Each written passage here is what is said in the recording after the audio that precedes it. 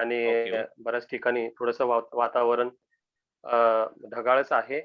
आपण होय, होय. प्रार्थनापूर्वक प्रभूकडे पाहूया आणि प्रभूच्या सहाय्याने आपण ही सभा पुढे घेऊन जाणार आहोत. अतिशय येस, येस. उत्कृष्ट गीत बंधू शेखर लोंढे यांनी प्रस्तुत केलेलं आहे आणि मी मागे सुद्धा एकदा दोनदा म्हटलं होतं, की किती सुंदर आवाज या वयात सुद्धा जवळ-जवळ 72 वर्ष वय असलेल्या देवाच्या सेवकाचा इतका पहाडी आणि सुंदर आवाज देवाने ठेवलेला आहे. मनापासून मी देवाचे उपकार मानतो. Thank you brother. God bless you. अप्रतिम तुम्ही गीत सादर केलं. मध्ये-मध्ये थोडासा आवाज डिस्टर्ब होत होता, ब्रेक होत होता. परंतु मी देवाचे उपकार मानतो. जेवढं गीत आम्ही ऐकलं, ते अतिशय सुंदर असं होतं. देव तुम्हाला त्याच्या गौरवासाठी अधिक सामर्थ्याने उपयोगात आणो आणि अशाच रीतीने तुमच्याकडून गीताच्या द्वारे आणि देवाच्या वचनाच्या द्वारे प्रभूची सेवा होत राहो. आपण सर्वजण जे येथे जमलेलो आहोत, त्या सर्वांना प्रभू येशू ख्रिस्ताच्या नावामध्ये सप्रेम सलाम आणि सांगली मंडळीतील सर्व प्रियजनांना सुद्धा प्रभू येशू ख्रिस्ताच्या नावामध्ये सलाम.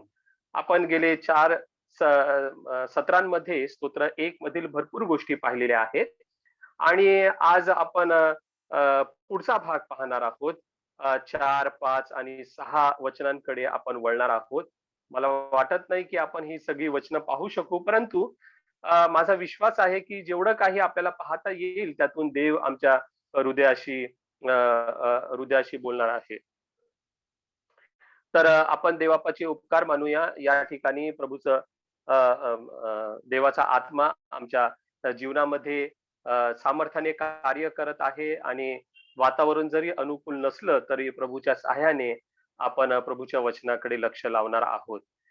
मी विनंती करतो तुमच्यापैकी एकाला कोणीतरी स्तोत्र 1 मधील 4, 5 आणि 6 वचन वाचावं. स्तोत्र 1, 4, 5 आणि 6 वचन. स्तोत्र 1, 4, 5 आणि 6. ओके. दुर्जन तसे नाहीत, ते वाऱ्याने उडून जाणाऱ्या भुसासारखे आहेत. यामुळे दुर्जन न्यायसमयी टिकावयाचे नाहीत. पापी जण नीतिमानाच्या मंडळीत उभे राहावयाचे नाहीत. कारण नीतिमानाचा मार्ग परमेश्वराला अवगत असतो, पण दुर्जनांचा मार्ग नष्ट होतो. Okay. Thank you brother. Thank you very much. दुर्जन तसे नाही, ते वाऱ्याने उडून जाणाऱ्या भुशासारखे आहेत. यामुळे दुर्जन न्यायसमयी टिकावयाचे नाहीत. पापी जन नीतिमानांच्या मंडळीत उभे राहायचे नाहीत. कारण नीतिमानांचा मार्ग परमेश्वराला अवगत असतो, परंतु दुर्जनांचा मार्ग नष्ट होतो. किती सुंदर हे वचन आहे आणि देवाचे आपण उपकार मानूया की या वचनांमधून प्रभू आपल्याशी बोलत आहे. त्याच्या गौरवी आनंदाचा, सुखाचा आणि त्याच्या आशीर्वादाचा आम्हाला अनुभव देत आहे. आणि एव्हाना आमच्यापैकी बरेच लोक असे असतील ज्यांनी हा निर्णय घेतला असेल की आपल्या आपल्या शक्तीने आणि जितकं होता होईल तितकं प्रभूच्या सुखामध्ये आम्हाला चालायला पाहिजे. आणि तुम्हाला माहिती आहे का, प्रभूचं सुख अनुभवणं यासारखी आनंदाची गोष्ट दुसरी कुठली नाही. मला यावेळेस उधळ्या पुत्राचा तो दाखला आठवतो.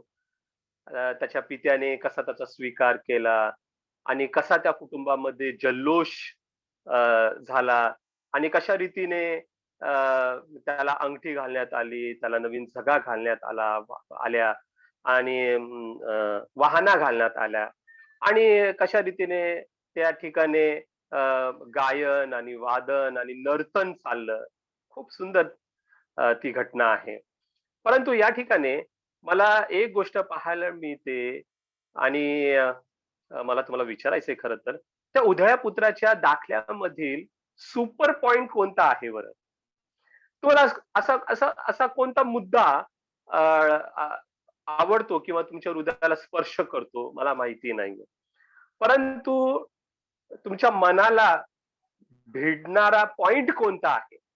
जर मी तुम्हाला हा प्रश्न विचारला, तर मला असं वाटतं बरेच लोक वेगवेगळी उत्तरं देतील. जर तुम्ही हा प्रश्न मला विचारला, तर मी तुम्हाला असं म्हणेन, की जेव्हा त्या उधळ्या पुत्राला त्याचा पिता पाहतो आणि त्याला पाहताच तो धावत जातो आणि असं म्हटलेलं आहे, तो त्याला आलिंगन देतो, गळ्यात गळा घालतो आणि त्याचे मुके घेतो, त्याच्यावर चुंबनांचा वर्षाव करतो. प्रियानो, किती सुंदर ते दृश्य आहे. हवं-हवंसं वाटणारं, आपल्या हृदयामध्ये जतन करून ठेवावंसं वाटणारं ते दृश्य आहे. मला माहिती आहे का, काय सुख मिळालं असेल. विचार करा, तेवढा एक पॉइंट जर वगळला, तर बाकीच्या सगळ्या गोष्टी तुम्हाला निरर्थक वाटतील. ठीक आहे, अंगठी घातली, ठीक आहे, झगा घातला, ठीक आहे, वाहना घातला, ठीक आहे, पोसलेलं वासरू कापलं, सगळं ठीक आहे. पण बापाने मिठी मारली नाही, बापाने चुंबनच घेतलं नाही. यानो, USP मिस झाला असं वाटेल तुम्हाला. जो इम्पॉर्टंट पॉइंट आहे, शिखर बिंदू आहे, तो मिस झाला.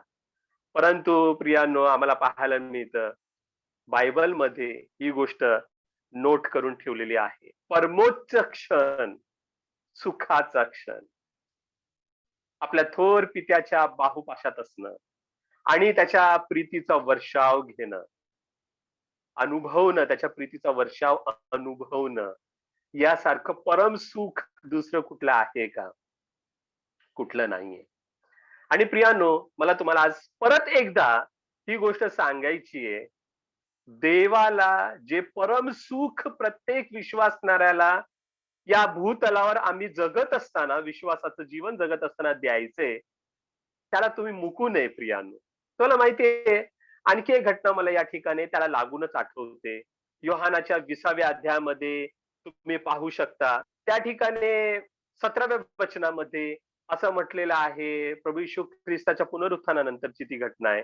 आणि आम्ही त्या ठिकाणी पाहतो की मग्दलिया मरिया प्रभू येशू ख्रिस्ताला बिलगते. प्रभू येशू ख्रिस्त तिला आपली ओळख करून देतो. आधी तिला तो माळी वाटत असतो. प्रभू तिला जेव्हा नावाने हाक मारतो, मरिये म्हणून, आणि ती त्याला ओळखते आणि त्याला बिलगते. तुम्हाला माहितीये, योहानाच्या 20व्या अध्यायाच्या 17व्या वचनामध्ये प्रभू असं म्हणतो, मला बिलगून बसू नकोस.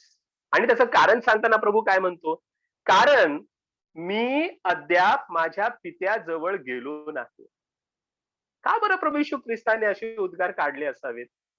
जेव्हा तुम्ही त्या गोष्टीचा खोलात विचार कराल, तेव्हा तुमच्या लक्षात येईल, बघा प्रभूला असं म्हणायचंय, की मला आता पित्याकडे जायचंय आणि तुला मात्र मला बिलगून बसायचंय. परंतु तुझं हे जे बिलग्न आहे, ते मला अधिक मोठ्या आणि अधिक विस्तृत प्रमाणामध्ये पूर्ण करायचंय.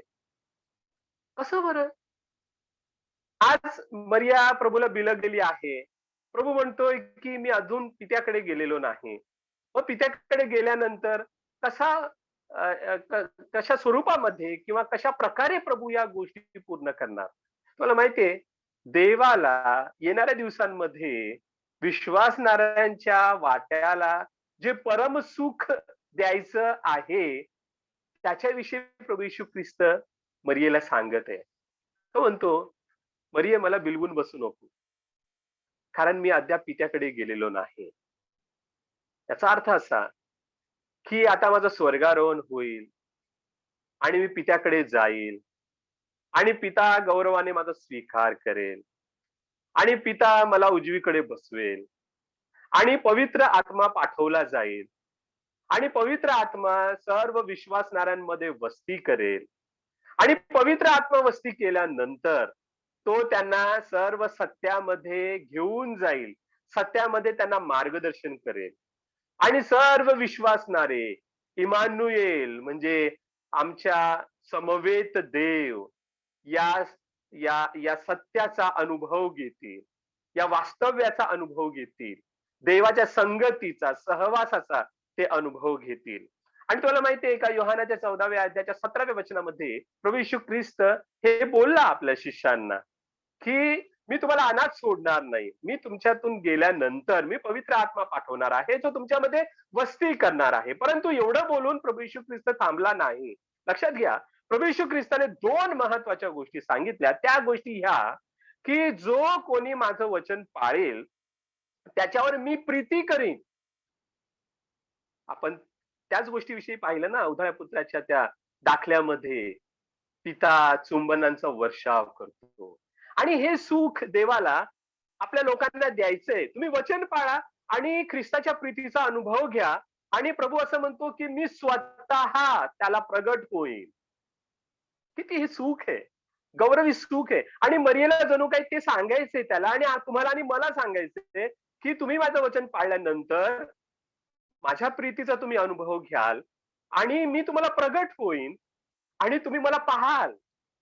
आणि मरियेने ज्या प्रमाणामध्ये प्रभू येशू ख्रिस्ताचा आनंद लुटला आणि एक लेकरू आपल्या बापाला बिलगल्यानंतर जे सुख त्याला अनुभवायला मिळतं, तुम्हाला माहितीये, प्रभू येशू ख्रिस्त असं म्हणतो, पवित्र आत्म्याच्या द्वारे त्यापेक्षा गौरवी सुखाचा मी तुम्हाला अनुभव देणार.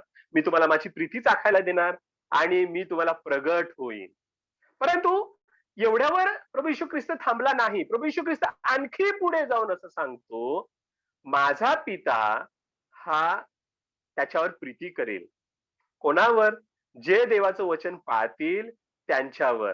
आणि पुढे प्रभू येशू ख्रिस्त असं म्हणतो, आम्ही त्याच्याकडे येऊ आणि त्याच्याबरोबर वस्ती करू. आणि प्रभू येशू ख्रिस्त पुढे असं म्हणतो, येस, आम्ही आम्ही त्याच्यावर प्रीती करू. पिता त्यांच्यावर प्रीती करेल, माझा पिता त्याच्यावर प्रीती करेल.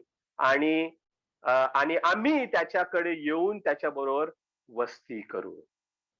मला माहितीये, या वचनामध्ये योहानाच्या 14व्या अध्यायाच्या 23व्या वचनामध्ये प्रभू येशू ख्रिस्त आम्हाला आश्वासन देत आहे, खात्री देत आहे.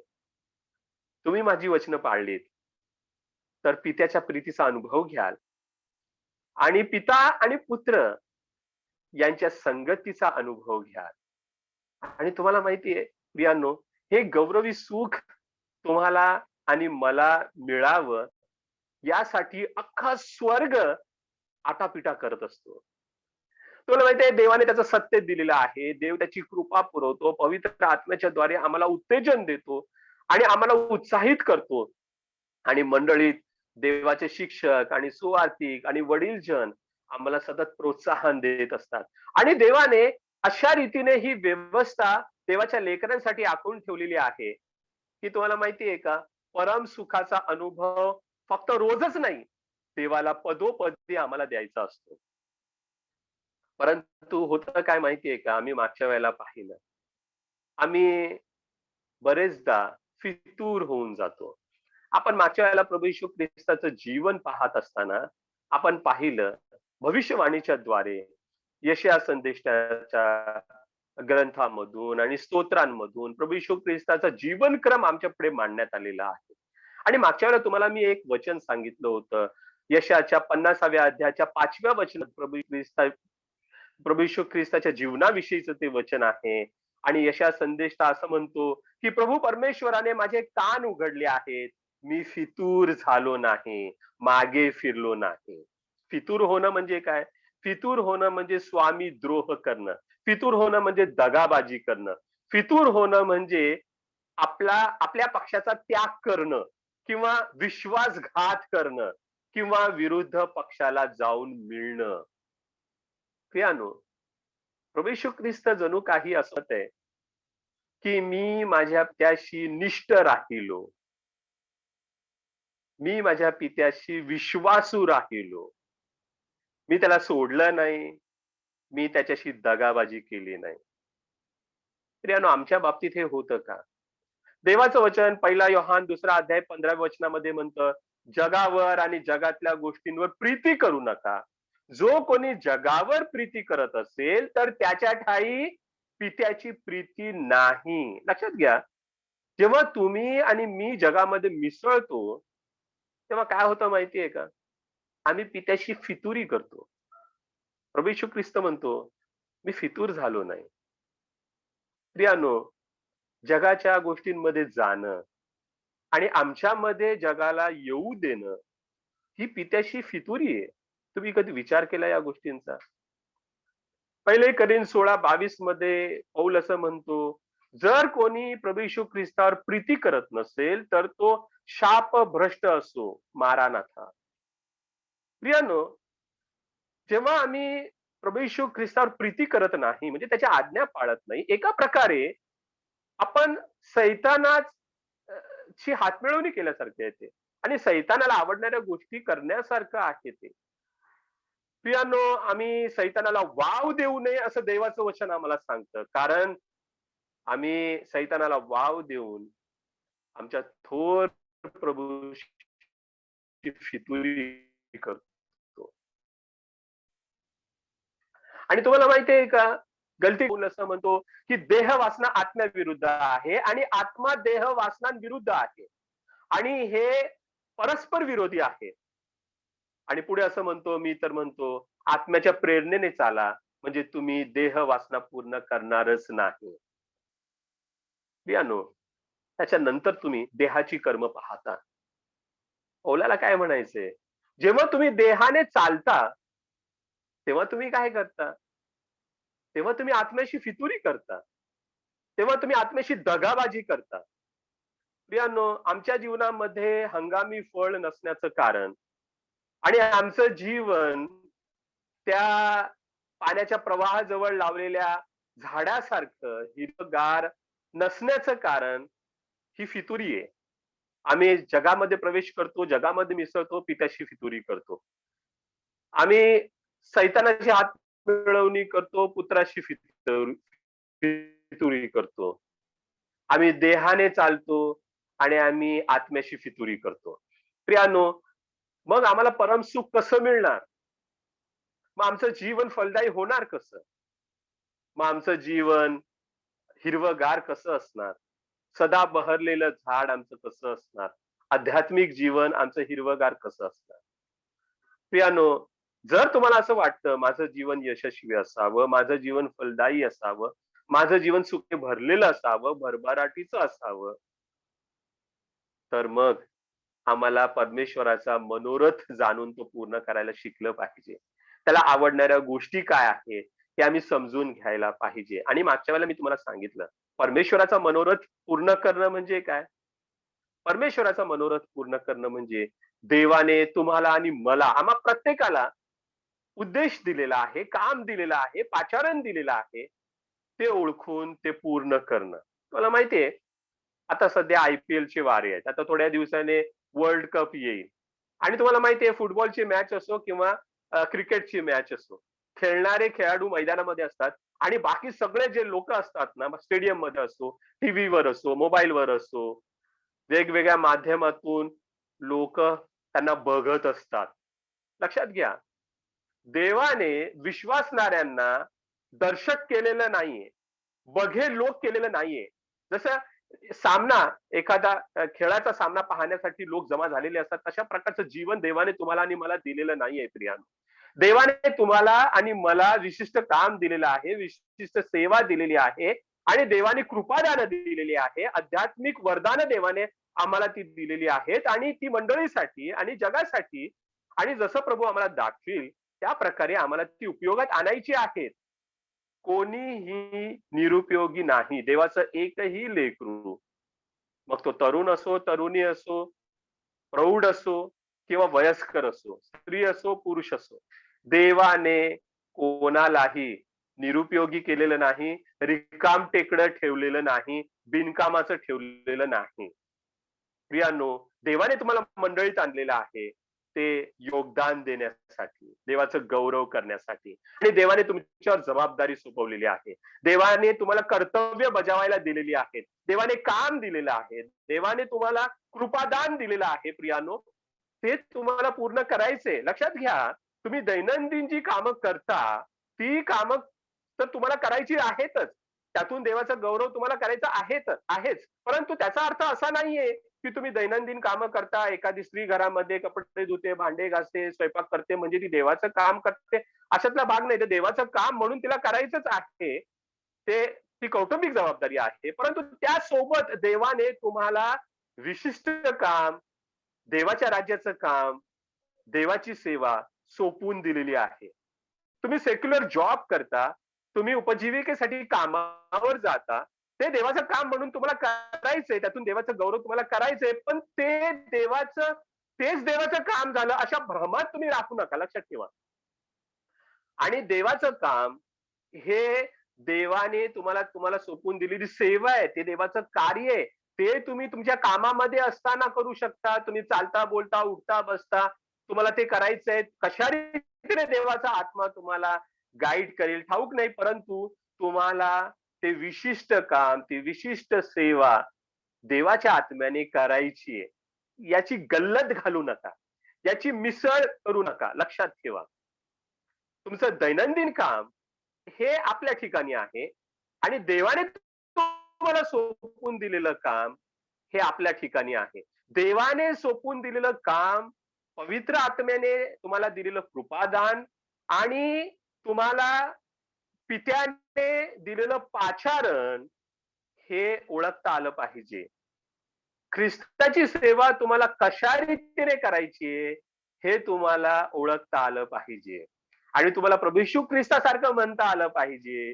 तू मला सोपवून दिलेलं तुझं काम पूर्ण करून मी पृथ्वीवर तुझं गौरव केलं आहे. लक्षात घ्या प्रियानो. आणि ही फार महत्वाची गोष्ट आहे. तुम्हाला देवाचं काम करायचंय. तुम्ही रिकामे नाहीये. आणि ही गोष्ट आम्हाला करण्यासाठी देवाने त्याची वचनं दिलेली आहेत. पवित्र आत्मा दिलेला आहे. आणि आम्हाला वचनात टिकून राहायचंय.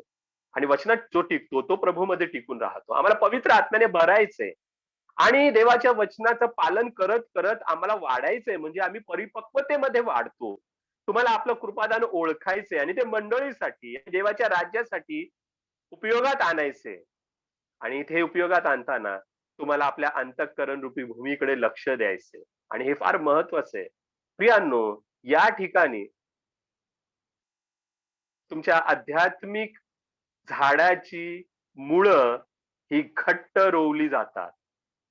आणि ही मुळं जितकी घट्ट असतील, तितकं आत्मिक जीवन फलदायी असेल, बहरलेलं असेल. यशाच्या 37व्या अध्यायाच्या 31व्या वचनामध्ये असं म्हटलेलं आहे, यहुदाच्या घराण्यातील निभावलेला अवशेष पुन्हा खाली मूळ धरील आणि वर फळ देईल. त्यानो तुम्हाला मूळही धरायचे आणि तुम्हाला फळही द्यायचे. आणि तुम्हाला मूळ धरायचे पाण्याच्या प्रवाहाजवळ. आणि पाण्याचा प्रवाह आहे आमचा थोर प्रभू आणि त्याची वचनं आणि पवित्र आत्म्यामध्ये वाढत जाणं. आणि प्रियानो, जसजसं तुम्ही या गोष्टी कराल, या गोष्टीमध्ये मुळावले जाल आणि देवाच्या वचनाचं काटेकोरपणे पालन करत राहाल, तुमचं जीवन आपोआप फलदायी होणार. आणि हे फार महत्वाचं आहे. आता जेव्हा आपण दुसऱ्या भागाकडे येतो, 4थ्या वचनापासून दुसरा भाग सुरू होतो. आणि या दुसऱ्या भागामध्ये दुर्जनांविषयी सांगितलेलं आहे. दुर्जन कोण? दुर्जन म्हणजे शापित लोक. दुर्जन म्हणजे अनीतिमान लोक. दुर्जन म्हणजे नेहमी दुःखी असणारे लोक. यांना सुखाचा गंध नाही. आता पूर्ण वेगळी कॅटेगरी पवित्र आत्म्याच्या द्वारे देवाने आमच्या पुढे मांडलेली आहे. परंतु या दुर्जनांची गंमत अशी आहे, हे दुर्जन स्वप्न पाहतात की आम्ही नीतिमानांच्या मंडळीत उभे राहणार. याचा अर्थ असा की त्यांना असं वाटतं की आम्ही नीतिमान आहोत. काईनाने जेव्हा यज्ञ जेव्हा त्याने पिकाचा उपज देवाला सादर केला आणि त्याने ते अर्पण आणलं, तेव्हा त्याला असं वाटलं माझ्या अर्पणाने देव खुश होईल, संतुष्ट होईल. तो आपल्या प्रयत्नाने नीतिमत्व स्थापित करू पाहत होता. दुर्जन अशा गटातले लोक आहेत जे स्वतःच्या प्रयत्नाने, स्वतःच्या इच्छेने आपलं नीतिमत्व स्थापित करायला पाहतात. आणि त्यांना असं वाटतं आम्ही नीतिमानांच्या मंडळीमध्ये उभे राहणार, आमच्यावर न्याय येणार नाही. आणि तुम्हाला माहितीये, स्तोत्रकर्त्याने फार सुंदर रीतीने त्याचं वर्णन केलेलं आहे. दुर्जन तसे नाहीत. म्हणजे काय? दुर्जन हे देवाच्या लोकांसारखे नाही. दुर्जन हे आशीर्वादित लोकांसारखे नाही, सुखी लोकांसारखे नाही, धन्य लोकांसारखे नाहीत. याचा अर्थ असा, दुर्जन हे पूर्णपणे वेगळे आहेत. त्यांचा उद्देश वेगळा आहे. त्यांचा हेतू वेगळा आहे. त्यांचं जीवन वेगळं आहे. त्यांची वृत्ती वेगळी आहे. त्यांची नीती वेगळी आहे. त्यांचा नियम वेगळा आहे, त्यांचं वागणं वेगळं आहे, त्यांची वर्तणूक वेगळी आहे, त्यांचा स्वभाव वेगळा आहे, त्यांची जीवनशैली वेगळी आहे. दुर्जन तसे नाहीत. दुर्जनांमध्ये सज्जनांची किंवा संतजनांची कुठलीही गोष्ट तुम्हाला आढळणार नाही. परंतु तुम्हाला माहितीये, हे दुर्जन लोक खूप चतुर असतात. आणि प्रभू येशू ख्रिस्ताने सांगितलेलं आहे, की हे दुर्जन लोक जे आहेत, ते आपला खरेपणा लपवण्याचा आटापिटा करतात. आणि ते अंतरी लांडगे असतात. आणि नुसते लांडगे नाही, क्रूर लांडगे असतात. पण ते आपला खोटेपणा लपवण्यासाठी मेंढराचं रूप धारण करतात. कारण त्यांना भीती असते. आपला उद्देश, आपले हेतू, आपली नीती लोकांना कळेल. आपलं खरं स्वरूप लोकांना कळेल. आपला खरा स्वभाव लोकांना कळेल. आपली जीवनशैली लोकांना कळेल. आणि ते झाकण्यासाठी ते मेंढरांचा वेश धारण करतात. आणि तुम्हाला माहिती आहे, दुर्जनांमध्ये 3 प्रकारचे लोक आहेत. एक अविश्वासणारे, जे विश्वासच ठेवत नाहीत. दुसरे खोटे विश्वासणारे. आणि तुम्हाला माहिती आहे का, तिसरे जे गट आहे, त्यांना मी दैहिक विश्वासणारे म्हणतो. अर्थात हे दुर्जनांमध्ये मोडत नाहीत, लक्षात घ्या. कारण दैहिक विश्वासणारे तारण पावलेले असतात, परंतु दुर्जनांसारखीच त्यांची गत होणार. म्हणजे कसं? ते अ, ते न्याय सापडणार नाहीत, ते नरकात टाकले जाणार नाहीत, परंतु सैतान त्यांच्या वाट्याला भुसा आणतो. त्यांच्या प्रतिफळाचा भुसा करून टाकतो. आणि प्रियांनो, ही फार गंभीर गोष्ट आहे. कारण दैहिक लोकांचं वागणं हे दुर्जनांसारखंच असतं. त्याच्यामुळे खोटे विश्वासणारे आणि दैहिक विश्वासणारे याच्यामध्ये गोंधळ निर्माण होऊ शकतो त्यांना ओळखण्यामध्ये. कदाचित एखादा खोटा बिलीवर असेल, त्याला तुम्ही खरा समजू शकता. आणि एखादा दैहिक विश्वासणारा असेल, त्याला तुम्ही खोटा बिलीवर समजू शकता. कारण दैहिक विश्वासणाऱ्याचा स्वभाव हा दुर्जनासारखा असू शकतो. कारण तो दैहिकतेने चालतो. परंतु प्रियानो, भयंकर परिणाम दैहिक विश्वासणाऱ्याला भोगावे लागतीलच, पण अतिभयंकर परिणाम हे खोट्या विश्वासणाऱ्यांना भोगावे लागतात. आता सैतान काय करतो माहितीये का प्रियानो? अगदी बेमालूमपणे या लोकांना मंडळीमध्ये घेऊन येतो. म्हणून हे दुर्जन जे आहेत, हे देवाच्या कळपामध्येच तुम्हाला पाहायला मिळतील. आणि ते मेंढराच्या वेशाने आलेले लोक असतात. हे जगामध्ये तुम्हाला आढळून येणार नाही. म्हणून आपण आज हे दुर्जन लोक कसे ओळखायचे किंवा त्यांची लक्षणं काय, त्यांची वैशिष्ट्य काय, त्यांची जीवनशैली कशी असते, त्यांच्या अंतरंगात काय चाललेलं असतं, ते आज आपण पाहणार आहोत. आणि हे पाहणं फार महत्वाचं आहे प्रियांनो. कारण तुमच्या अवतीभोवती असे बरेचसे दुर्जन असतील आणि बरेचसे खोटे लोक असतील आणि तुम्हाला त्याची कल्पना सुद्धा नसेल. म्हणून आम्हाला हे खोटे लोक माहिती असणं महत्वाचं आहे. त्यांची लक्षणं माहिती असणं फार महत्वाचं आहे प्रियांनो. आणि मी अनेक ठिकाणी अभ्यास घेतलेला आहे. खोटे लोक ओळखण्याविषयीचे 10 गोष्टी मी बऱ्याच ठिकाणी मी सांगितलेल्या आहे. रिसेंटली म्हणजे आपल्या लॉकडाऊन सुरू होण्याच्या आधी विठ्ठलवाडी मंडळीमध्ये मी पेत्राचं पत्र शिकवलं, पहिलं पत्र आणि दुसरं पत्र. त्यावेळेस दुसऱ्या पत्रामधून मी त्यांच्यापुढे 10 गोष्टी ठेवल्या होत्या खोट्या लोकांविषयीच्या. हा एवढा आपल्याकडे नाहीये. पण मी 4 महत्वाच्या गोष्टी तुमच्या पुढे मांडणार आहे.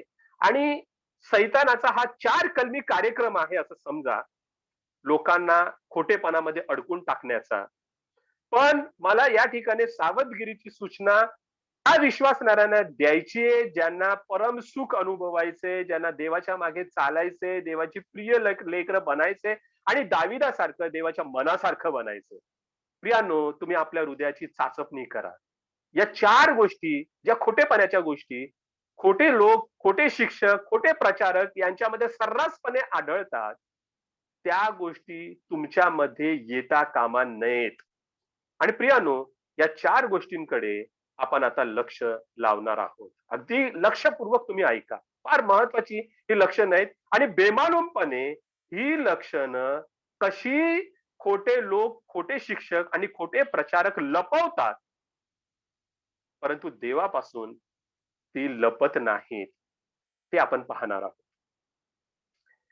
आणि खोट्या लोकांचं, खोट्या शिक्षकांचं, खोट्या प्रचारकांचं, हे लबाड जे लोक आहेत, त्यांचं सगळ्यात पहिलं लक्षण आहे मत्याचा 7वा अध्याय आणि त्याच्या 15व्या वचनामध्ये प्रभू येशू ख्रिस्त सांगतो.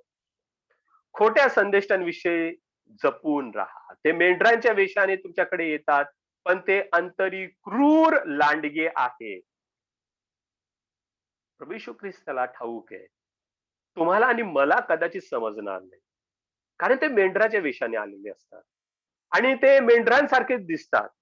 आणि मेंढरांना ती मेंढरच वाटतात. कारण मेंढरांना त्यांच्या अंतःकरणाची पारख करता येत नाही. त्यांच्या अंतःकरणामध्ये डोकावून पाहता येत नाही. पण अंतःकरणे आणि मने पारखणारा आमचा देव जिवंत आहे. आणि तो त्यांचा खोटेपणा दाखवतो. आणि त्यांचा सगळ्यात पहिला खोटेपणा कुठे दिसतो? आम्हाला त्यांचा खोटेपणा त्यांच्या इच्छांमधून व्यक्त झालेला दिसतो. आपल्याला कदाचित ते ओळखता येत नाही आणि कदाचित ओळखता येणार नाही. पण देवाला ते ठाऊक आहे. कारण देवाच्या इच्छेला खोटे लोक काडीचं महत्व देत नाही. लक्षात घ्या. खोटे लोक, खोटे प्रचारक, खोटे शिक्षक, दुर्जन हे देवाच्या इच्छेला काहीचं महत्व देत नाही. आणि प्रभू येशू ख्रिस्त त्यांच्या विषयी अगदी स्पष्टपणे सांगत आहे. मला प्रभूजी प्रभूजी म्हणणाऱ्या प्रत्येकाचा प्रवेश स्वर्गाच्या राज्यात होईल असं नाही, तर माझ्या स्वर्गीय पित्याच्या इच्छेप्रमाणे जो वागतो त्याचा होईल. आता हे लोक म्हणतील, प्रभू आम्ही तुझ्या नावाने संदेश दिले. पहा, म्हणून मी तुम्हाला म्हटलं, हे खोटे लोक हे ख्रिस्ती समाजामध्ये आणि ख्रिस्ती मंडळीमध्ये हे बेमालूमपणे मिसळून जातात. आणि ते संदेशही देतात किंवा संदेशही देऊ शकतात. ते भूतही काढू शकतात, ते महत्कृत्यही करू शकतात आणि ते आपल्या मागे प्रचंड मोठ्या समुदायाला सुद्धा खेचू शकतात आणि ते मोठ्या जनसमुदायाला प्रभावित करू शकतात. परंतु तुम्हाला माहितीये, त्यांच्या जीवनातली जी गोम आहे ती प्रभूने येथे उघड केलेली आहे. त्यांच्या जीवनामध्ये देवाच्या इच्छेला काडीचं महत्व नसतं. प्रियानो, ही फार महत्वाची गोष्ट आहे. याचं कारण काय? याचं कारण असं त्यांना फक्त स्वतःची इच्छा पूर्ण करायची असते. त्यांना पित्याची इच्छा पूर्ण करायची नसते. पवित्र आत्म्याची इच्छा जाणून घ्यायची नसते. त्यांना पुत्राचा मनोभाव काय आहे ते त्यांना जाणून घ्यायचं नसतं. का जाणून घ्यायचं नसतं? कारण ते मनमानी असतात. त्यांच्या मनाला जे योग्य वाटेल ते त्यांना करावंसं वाटतं आणि ते त्यांना करायचं असतं. थोडक्यात काय? त्यांना पापात राहायला आवडतं. त्यांना पाप सोडायची इच्छा नसते. आणि देवाचं वचन तर आम्हाला पाप सोडायला सांगतं. देवाचं वचन तर आम्हाला प्रभूला समर्पित व्हायला सांगतं. देवाचं वचन आम्हाला आमचा वधस्तंभ उचलायला सांगतं. देवाचं वचन आम्हाला सांगतं की आम्हाला स्वतःला वधस्तंभावर खिळायचंय. आणि आता मी जगत नाही, तर माझ्या ताई ख्रिस्त जगतो. कारण मी स्वतःला वधस्तंभावर खिळलेलं आहे. प्रियानो, त्यांना या गोष्टी करायच्या नसतात. त्यांना मनमानी करायची असते, त्यांची इच्छा पूर्ण करायची असते, त्यांना स्वतःला उंचवायचं असतं आणि गर्व हा त्यांच्या जीवनाचा USP असतो. सर्व गौरव त्यांना स्वतःकडे घ्यायचं असतं. प्रियांनो, हे पहिलं लक्षण आहे दुर्जनांचं, खोट्या लोकांचं. आणि तुम्हाला माहितीये, हे लोक सैतानाचा हस्तक बनून देवाच्या लोकांमध्ये शिरतात. आणि तुम्हाला माहितीये का, कित्येकदा ते देवाच्या कळपाची दानादान करतात. आणि प्रभू येशू ख्रिस्त त्यांच्याविषयी सांगताना असं म्हणतो, पिता त्यांना म्हणेल की तुम्हाला माझी ओळख कधीच नव्हती. अहो अनाचार करणाऱ्यांनो, तुम्ही माझ्या पुढून निघून जा. देवाने त्यांना अनाचारी असं म्हटलेलं आहे. देवाविरुद्ध बंड करणारे लोक असं म्हटलेलं आहे. अनाचारामध्ये गुंतलेले, स्वैराचारामध्ये गुंतलेले, अधर्मामध्ये गुंतलेले लोक असं म्हटलेलं आहे. किती भयंकर गोष्ट आहे. तुम्हाला माहिती आहे ख्रिस्ती लोकांचं वैशिष्ट्य काय? पौल असं म्हणतो पहिले कराच पत्र याचा 2रा अध्याय आणि 16व्या वचनामध्ये असं म्हणतो, की आपल्याला तर ख्रिस्ताचं मन आहे.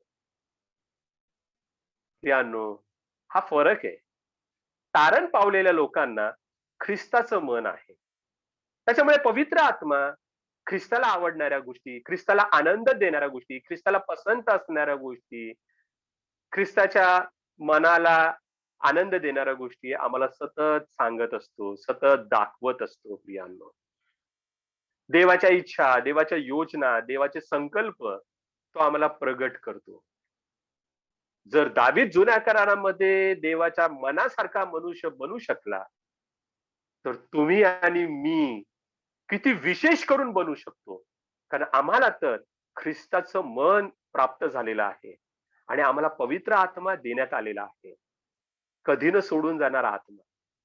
प्रियानो, आम्हाला किती देवाच्या मनासारखं बनायला पाहिजे आणि मंडळीमध्ये प्रत्येक भाऊ आणि बहीण दाविदासारखे बनायला पाहिजे. देवाच्या मनाला आनंद देणारे लोक, देवाच्या मनासारखे लोक. प्रियानो, किती गौरवी गोष्ट आम्हाला लाभलेली आहे आणि करण्याची संधी आम्हाला मिळालेली आहे. प्रभूला बिलगून राहूया प्रिया आणि देवाच्या इच्छा आपण पूर्ण करत राहूया. कारण तुम्ही मोठे मोठे कार्य केले पण देवाची इच्छा तुमच्या जीवनात पूर्ण झाली नाही तर शून्य झालं जीवन. तर तुम्ही गमावलं, तुम्ही लुजर आहात आणि तुमच्या वाट्याला भुसा येणार. प्रियानो, तुमच्या वाट्याला प्रतिफळ येणार नाही आणि हा भुसा येऊ नये म्हणून आम्हाला ही गोष्ट लक्षात घेणं गरजेचं आहे. परंतु दुर्जनांना त्याचं काही पडलेलं नसतं, कारण त्यांना देवाची इच्छा पूर्ण करायचीच नसते. त्यांना स्वतःची इच्छा पूर्ण करायची असते, स्वतःला उंचवायचं असतं, स्वतःचं गौरव करून घ्यायचं असतं. दुसरं लक्षण जे आम्हाला दुर्जनांचं किंवा खोट्या लोकांचं किंवा खोट्या शिक्षकांचं किंवा खोट्या प्रचारकांचं दिसून येतं, ते आहे कामातुरपणा. खोटे लोक ओळखण्याचं हे दुसरं चिन्ह आहे. कामातुरपणा किंवा स्वैराचारीपणा. दुसरे पेत्र त्याचा 2रा अध्याय आणि 2ऱ्या वचनामध्ये कामातूर आचरण करणारे लोक असा उल्लेख खोट्या लोकांचा केलेला आहे. आणि त्याच 2ऱ्या पेत्राच्या 2ऱ्या अध्यायामध्ये 8व्या वचनामध्ये पेत्राने त्यांना स्वैराचारी म्हटलेलं आहे. आणि 10व्या वचनामध्ये त्यांना अमंगळपणाच्या वासनेने देहोपभोगाच्या पाठीस लागणारे लोक असं म्हटलेलं आहे. अमंगळ वासनांनी भरलेले लोक आणि फक्त देहाचा उपभोग घेत राहणं हीच गोष्ट आणि हेच उद्दिष्ट त्यांच्या डोळ्यापुढे असतं. आणि त्याच 2ऱ्या अध्यायामध्ये 2रं पेत्र म्हटलेलं आहे, त्यांचे डोळे व्यभिचारी वृत्तीने भरलेले असतात आणि अस्थिर मनाच्या लोकांना ते मोह घालतात. ते मंडळ इथे सांगायची आहे. त्यांचे डोळे व्यभिचारी वृत्तीने भरलेले असतात आणि मूळ ग्रीक शब्द जर तुम्ही पाहिला तर त्याचा अर्थ जो आहे तो तुमचं डोकं भनानून टाकेल. मूळ शब्दामध्ये त्याचा अर्थ असा आहे, त्यांच्या डोळ्यामध्ये त्यांनी नग्न स्त्रीची प्रतिमा बसवलेली आहे.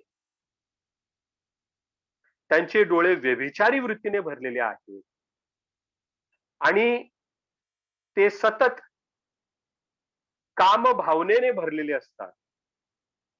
फार भयंकर वर्णन केलेलं आहे पेत्राने.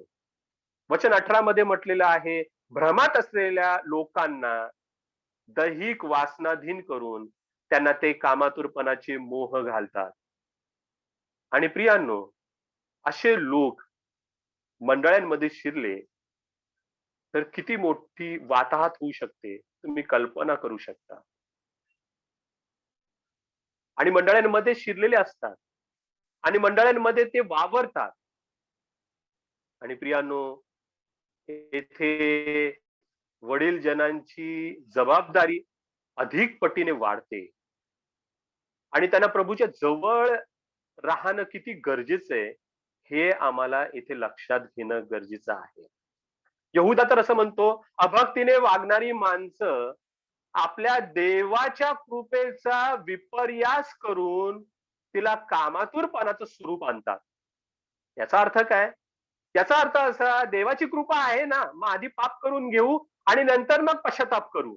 याला म्हणतात देवाच्या कृपेचा विपर्यास. आणि यहूदाने फार कठोर शब्द वापरलेले आहे. म्हणजे देवाची कृपा आपल्या काम वासना पूर्ण करण्यासाठी असे लोक भागवतात किंवा अशा लोक देवाच्या कृपेचा विपर्यास करतात. पियानो फार डेंजर आहे. देवाची कृपा तुम्हाला आणि मला कशासाठी दिली आहे? देवाची इच्छा पूर्ण करण्यासाठी, देवाची इच्छा जाणून घेण्यासाठी, आज्ञा पालन करण्यासाठी, पवित्र जीवन जगण्यासाठी, शुद्ध जीवन जगण्यासाठी, नीतीचं जीवन जगण्यासाठी, देवाचं भय बाळगण्यासाठी, संयम बाळगण्यासाठी, मर्यादेचं जीवन जगण्यासाठी, इंद्रिय दमन करण्यासाठी. इंद्रिय दमन याचा अर्थ काय? इंद्रिय दमन या शब्दाचा अर्थ आहे आपल्या उफाळून येणाऱ्या भावनांवर ताबा ठेवण्यासाठी, वासनांवर मात करण्यासाठी, गांभीर्याचं जीवन जगण्यासाठी. प्रियानो, देवाने कृपा पुरवलेली आहे ती या गोष्टींसाठी. परंतु हे लोक देवाच्या कृपेचा विपर्यास करून त्याला कामातुरपणाचं स्वरूप आणतात. दुर्जन, स्तोत्रकर्ता म्हणतो, दुर्जन तसे नाहीत. म्हणजे ते पवित्र जीवन जगत नाही, ते शुद्ध जीवन जगत नाहीत, ते नीतीचं जीवन जगत नाहीत, ते इंद्रिय दमन करत नाहीत. आणि आणखी एक डेंजर गोष्ट यहूदाने सांगितलेली आहे. यहूदा असं म्हणतो, ते विषय स्वप्नात देहाला विटाळून टाकतात. यहूदाचं पत्र त्याचं 8वं वचन. यहूदाचं पत्र त्याचं 8वं वचन. ते विषय स्वप्नात देहाला विटाळवतात. विषय स्वप्नात म्हणजे काय? कामुक स्वप्नरंजन करणं. आणि म्हणून तरुणांना मी नेहमी एक गोष्ट सांगत असतो, की झोप लागल्याशिवाय उगाच झोपेचं नाटक करू नका आणि झोप पूर्ण झाल्यानंतर उगाच लोळत राहू नका. आणि आता तर मोबाईल सगळीकडे सर्रास आलेले आहेत आणि तुम्हाला माहितीये का, सैतानाने इतका मोठा डाव मांडलेला आहे, उच्छाद मांडलेला आहे. विश्वासणारे अशुद्ध गोष्टी पाहिल्यानंतर अशुद्ध विचारांमध्ये रमायला लागतात. अशुद्ध आणि कुवासनेच्या आणि काम वासनेच्या आणि विषय वासनेच्या स्वप्नांमध्ये रमायला लागतात. आणि तुम्हाला माहितीये, ते आपल्या देहाला विटाळून टाकतात. आणि एकदा तुम्ही आपल्या देहाला विटाळून टाकलं की तुम्ही प्रभुत्व तुच्छ मानणार. कारण त्याला त्याला लिंक याच गोष्टीची यहूदाने दिलेली आहे. ते देहाला विटाळतात विषय वासनांमध्ये रमून, विषय स्वप्नांमध्ये रमून, आणि मग ते प्रभुत्व तुच्छ मानतात. या दोन्ही गोष्टीची सांगड यहूदाने त्या 8व्या वचनामध्ये घातलेली आहे. प्रियांनो, मला तुम्हाला एक महत्वाची गोष्ट सांगायची आहे. आपल्या विचारामध्ये सुद्धा शल्मोन बनण्याची स्वप्न रंगवू नका. हॅलो, ऐकताय ना? आपल्या विचारांमध्ये सुद्धा शल्मोन बनण्याची स्वप्न रंगवू नका प्रियानो. कारण हे खोट्या लोकांचं लक्षण आहे, हे दुर्जनांचं लक्षण आहे.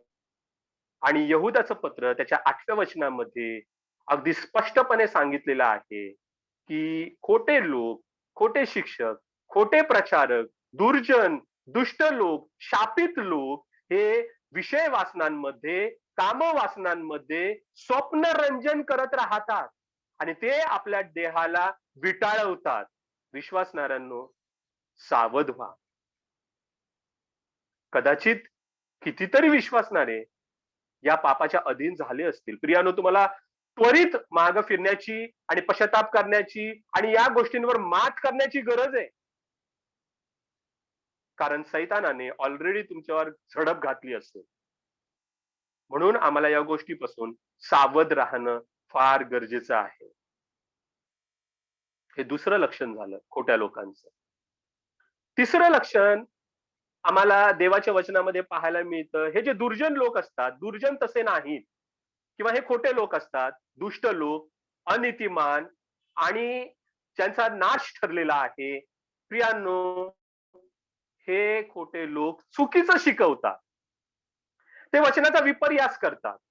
दुसरा अध्याय पहिल्या वचनामध्ये पेत्र म्हणतो, तुमच्यातही खोटे शिक्षक होतील, ते विध्वंसक पाखंडी मते गुप्तपणे प्रचारात आणतील आणि यांची डॉक्ट्रिन गुप्त असते. ते उघडपणे काही सांगणार नाहीत.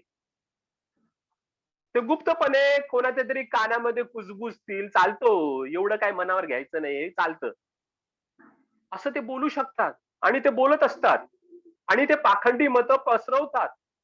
पाखंडी मतं म्हणजे तुमच्या विश्वासाचा विध्वंस करणाऱ्या कल्पित कहाण्या.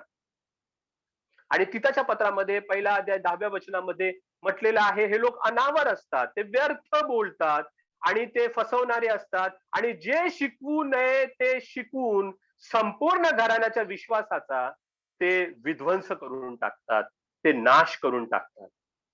पहिले तिमोथेय 4था अध्याय पहिल्या वचनामध्ये आम्ही असं वाचतो, आत्मा स्पष्ट म्हणतो, पुढील काळात विश्वासापासून कित्येक लोक भ्रष्ट होतील, ते खोटे बोलणाऱ्या माणसांच्या ढोंगाने फुसलावणाऱ्या आत्म्यांच्या आणि भूतांच्या शिक्षणाच्या नादी लागतील.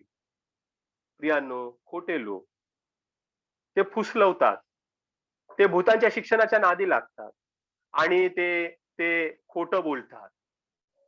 आणि प्रियांनो, ही दुर्जनांची लक्षणं आहेत, ही खोट्या लोकांची लक्षणं आहेत, खोट्या प्रचारकांची लक्षणं आहेत आणि आम्ही हे लक्षात घेणं फार गरजेचं आहे. आपण जेव्हा खानविलचा बायबल स्टडी शिकत होतो त्यावेळेस तिमोथेच्या पत्रातील आपण बऱ्याच गोष्टी पाहिल्या आणि पौलाने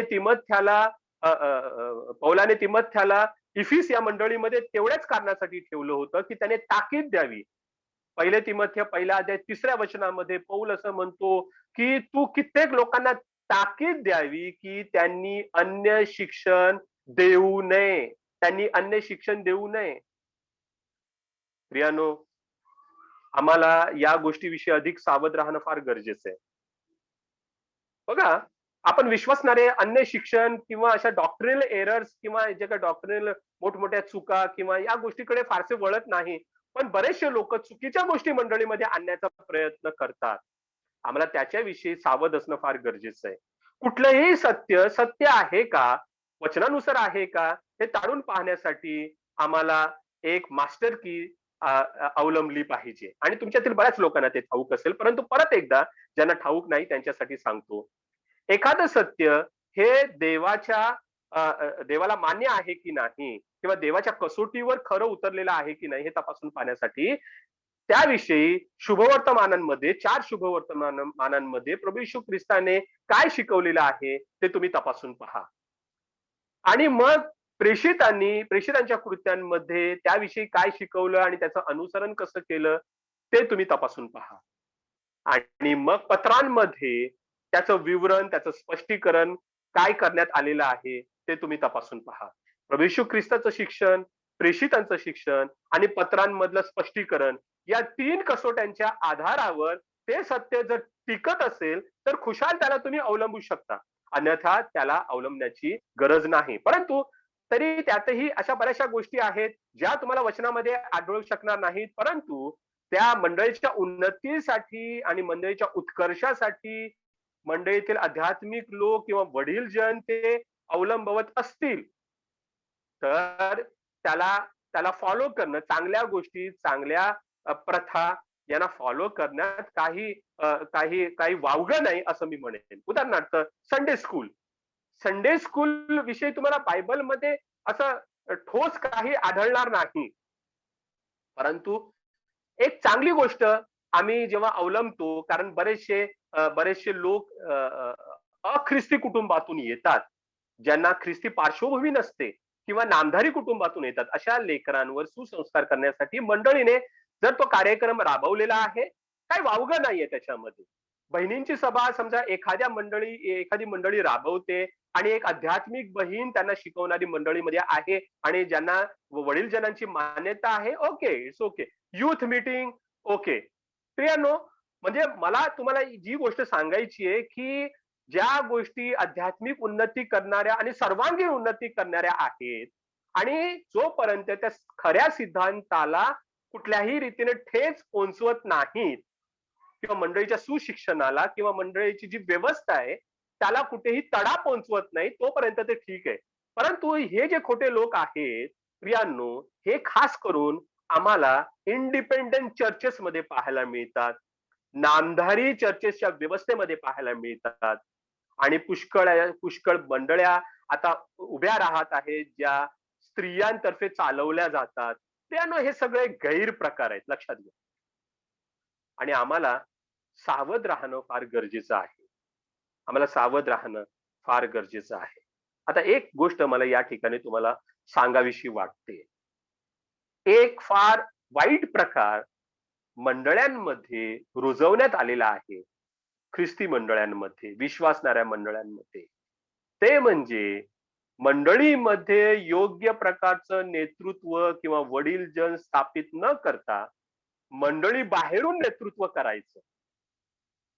ही घातक प्रथा आहे आणि हे मंडळीच्या आध्यात्मिक आरोग्यासाठी घातक आहे आणि मंडळीच्या कार्यासाठी घातक आहे, देवाच्या राज्यासाठी ते घातक आहे. प्रियांनो, अशा प्रकारच्या व्यवस्थेला देवाचं वचन दुजोरा देत नाही.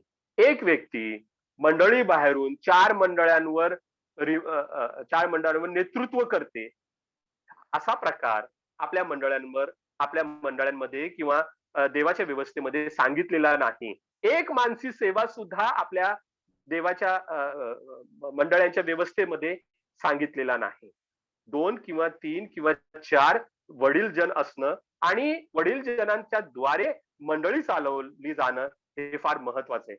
आणि ज्या काही गैरप्रथा आहेत त्यापासून आम्हाला सावध राहणं हे फार आवश्यक आहे. आता चौथं लक्षण आपण पाहूया, दुर्जनांचं, खोट्या लोकांचं, खोट्या शिक्षकांचं. प्रियांनो, आणि याविषयी आम्ही सतर्क असणं फार गरजेचं आहे. हे लोक पैशांच्या मागे लागणारे लोक असतात, लोभिष्ठ आणि चैनबाज. पेत्र असं म्हणतो दुसऱ्या पेत्राच्या दुसऱ्या अध्यायामध्ये दुसऱ्या वचनामध्ये, ते लोभ धरून बनावट गोष्टी सांगतील आणि तुमच्यावर पैसे मिळवतील. ते कशासाठी आलेले असतात?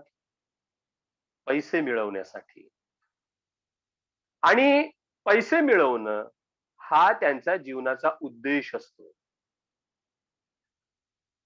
पोट हे त्यांचं दैवत असतं. त्यांना चैनबाजीचं जीवन आवडतं. दुसऱ्या पेत्राच्या दुसऱ्या अध्यायाच्या 13व्या वचनामध्ये पेत्र म्हणतो, दिवसा ढवळ्या चैनबाजी करण्यात ते सुख मानतात. आणि दुसऱ्या अध्यायाच्या 15व्या वचनामध्ये पेत्र म्हणतो, अनितीचे वेतन प्रिय मानणारा बलाम याच्या मार्गाने ते जातात. बलामाच्या मार्गाने जाणार. यहुदा म्हणतो, द्रव्यासाठी बलामाच्या भ्रांती मार्गाने ते बेफामपणे घुसतात. त्यांच्या जीवनाचा उद्देश फक्त धन मिळवणं, पैसा मिळवणं. आणि विश्वासणाऱ्या लोकांमध्ये हे लोक शिरून त्यांचा उद्देश साध्य करण्याचा प्रयत्न करतात.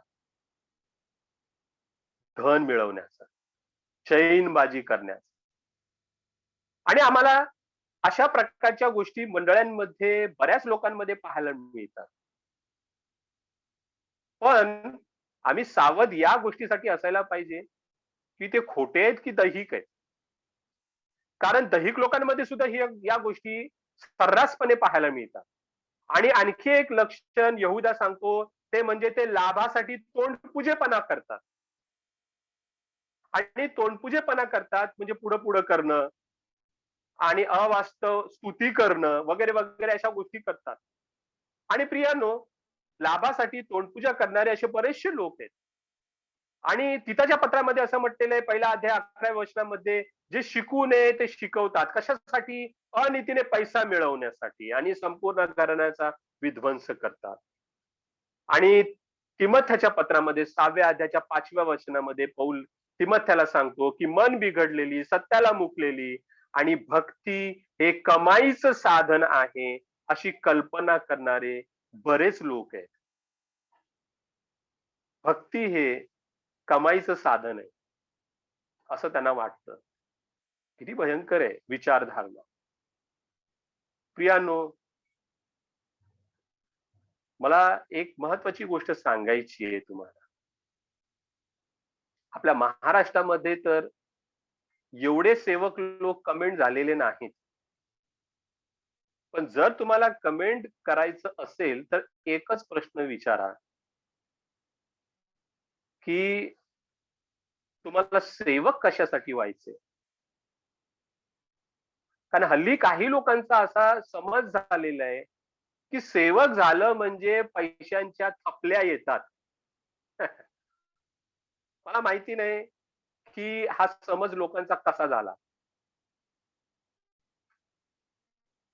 आणि सेवकांचे कष्टाचे दिवस आणि त्यांचे उपासमारीचे दिवस हे किती लोकांच्या वाट्याला आलेले आहेत याची बऱ्याच लोकांना कल्पना नाही.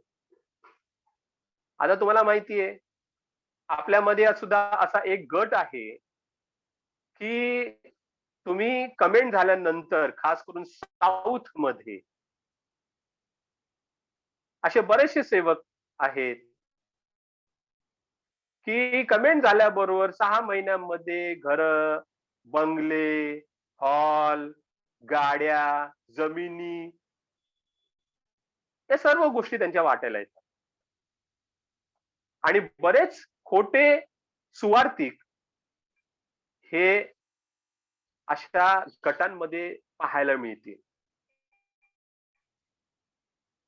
आणि प्रतिष्ठेच्या पदावर पोहोचलेले किंवा प्रतिष्ठा मिळवलेले सुद्धा पाहायला मिळतील. हे प्रभूलाच ठाऊक आहे की खरं कोण आणि खोटं कोण.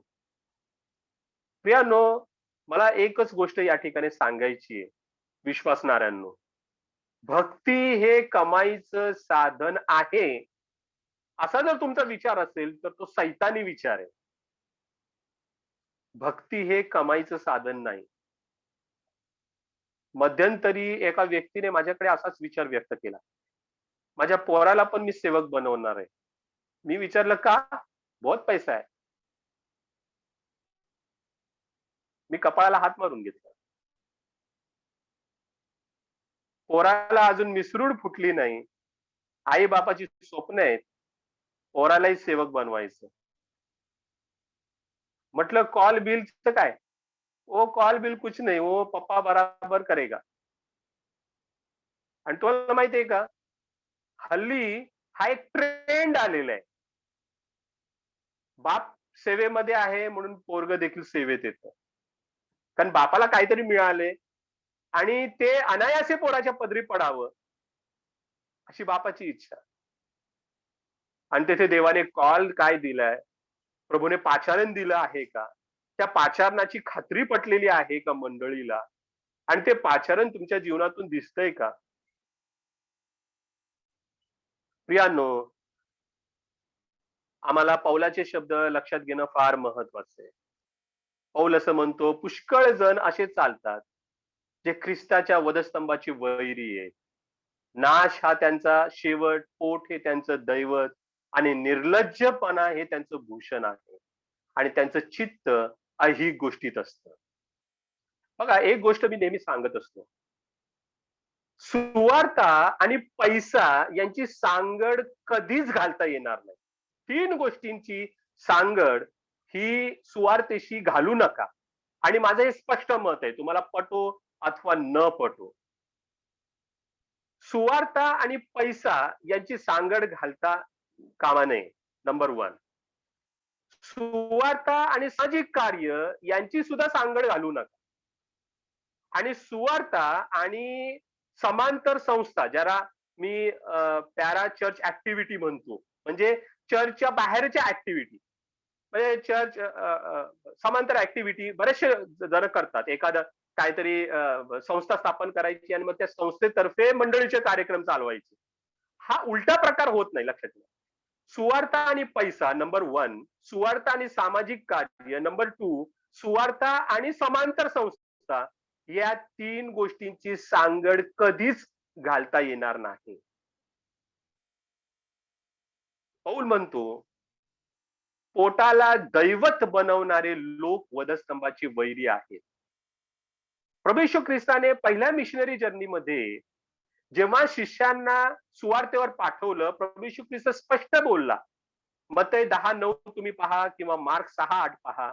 सोने, रुपे, तांबे आपल्या कमर कशात घेऊ नका. तुम्हाला सुवार्ता सांगायला जायचंय ना. मग सुवार्ता आणि पैसा यांची सांगड घालू नका. म्हणून प्रभूने नियम दिला.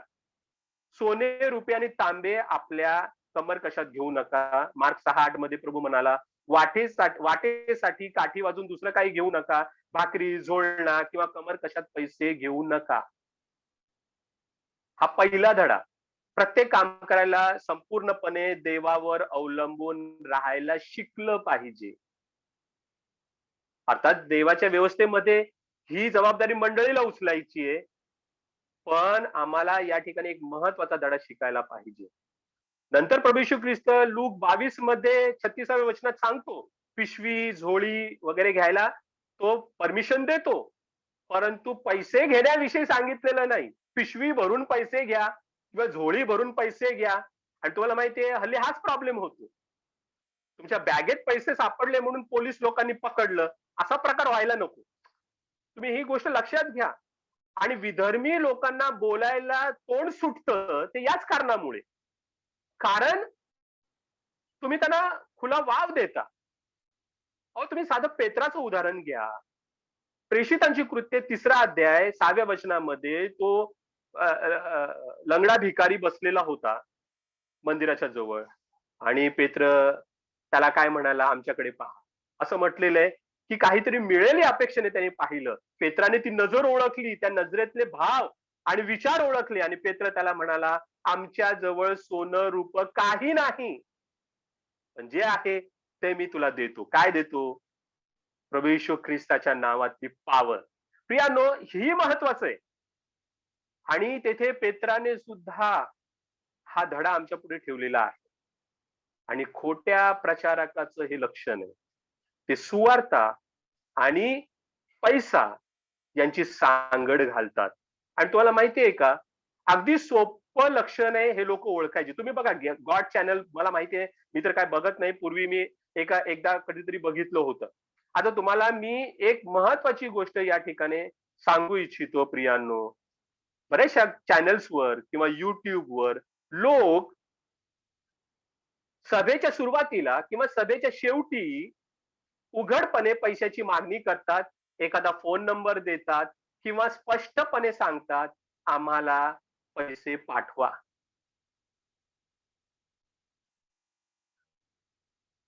खोटे लोक ओळखण्याचं लक्षण आहे प्रियांनो. आम्ही ही गोष्ट लक्षात घेणं फार गरजेचं आहे. आम्ही ही गोष्ट लक्षात घेणं फार गरजेचं आहे. पैसा हे भक्ती हे कमाईचं साधन आहे, किंवा पोट हे आमचं दैवत आहे, असे जे लोक समजतात, खोटे लोक आहेत ते. आणि आम्हाला ही गोष्ट लक्षात ठेवणं फार गरजेचं आहे प्रियांनो. आणि आज मंडळांमध्ये सुद्धा अपेक्षेने आलेले लोक आहेत, सतत आणि सतत. ते विश्वासणाऱ्या लोकांमध्ये एवढ्यासाठी येतात की त्यांना असं वाटतं की विश्वासणाऱ्यांपासून आपल्याला सतत आणि सतत पैशाचा पुरवठा होत राहील. प्रियांनो, आम्हाला आत्मे ओळखता येणं फार महत्वाचं आहे, पण त्याचबरोबर आमच्यामध्ये या 4 गोष्टी शिरणार नाहीत याची आम्हाला दक्षता बाळगणं हे गरजेचं आहे. आम्ही 4 लक्षणं पाहिली दुर्जनांची, दुष्ट लोकांची. खोटे, दुर्जन तसे नाही, ते नीतिमानांसारखे नाही. त्यांच्यामध्ये या 4 प्रमुख गोष्टी पाहायला मिळतात. नंबर 1, ते देवाच्या इच्छेला मान देत नाहीत आणि स्थान देत नाहीत. नंबर 2, त्यांचं जीवन हे कामातुरपणाने भरलेलं असतं. नंबर 3, ते खोटं शिक्षण देत असतात. नंबर 4, पैसा हे त्यांनी भक्तीचं साधन केलेलं आहे. भक्ती हे कमाईचं साधन त्यांनी केलेलं आहे. पोट हे त्यांचं दैवत आहे. आणि ते फक्त पैशासाठी मंडळीमध्ये आलेले असतात. प्रियानो, आम्ही या गोष्टीकडे लक्ष देणं फार गरजेचं आहे. आमचा मोटिव्ह काय ख्रिस्ताकडे येण्याचा? आमचा उद्देश काय मंडळीमध्ये असण्याचा?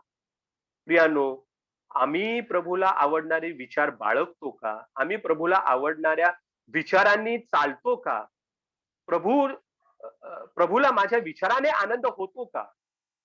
प्रियानो, बायबलमध्ये असं म्हटलेलं आहे की माझ्या तोंडचे बोल आणि मनचे विचार तुला मान्य असतो.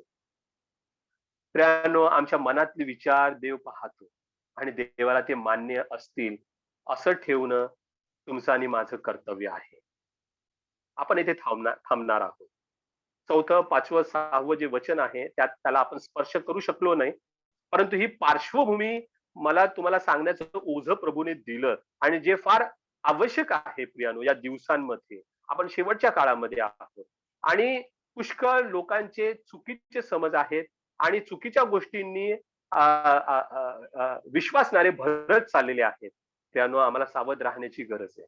आम्हाला सावध राहण्याची गरज. या 4 लक्षणांचा स्पर्श आमच्या जीवनाला होऊ नये यासाठी आम्ही स्पेशल केअर घेणं, आम्ही काळजी घेणं, फार महत्वाची काळजी घेणं, खास काळजी घेणं हे गरजेचं आहे. देवा, ही वचन समजण्यास आम्हा प्रत्येकाचं सहाय्य करो आणि प्रभूला आवडणारे जीवन जगायला प्रभू तुम्हा प्रत्येकाचं सहाय्य करो, आम्हा सर्वांचं सहाय्य करो. देवा, तुम्हाला विपुल आशीर्वाद देव आणि तुमच्या जीवनातून देवाचं गौरव होत राहो आणि हे परम सुख जे पिता, पुत्र आणि पवित्र आत्मा यांच्या संगतीतून आम्हाला देवाचं वचन पाळल्यामुळे लाभतं, त्या सुखाचा नित्य प्रभू तुम्हाला अनुभव देत राहो. Thank you. God bless you. सलाम.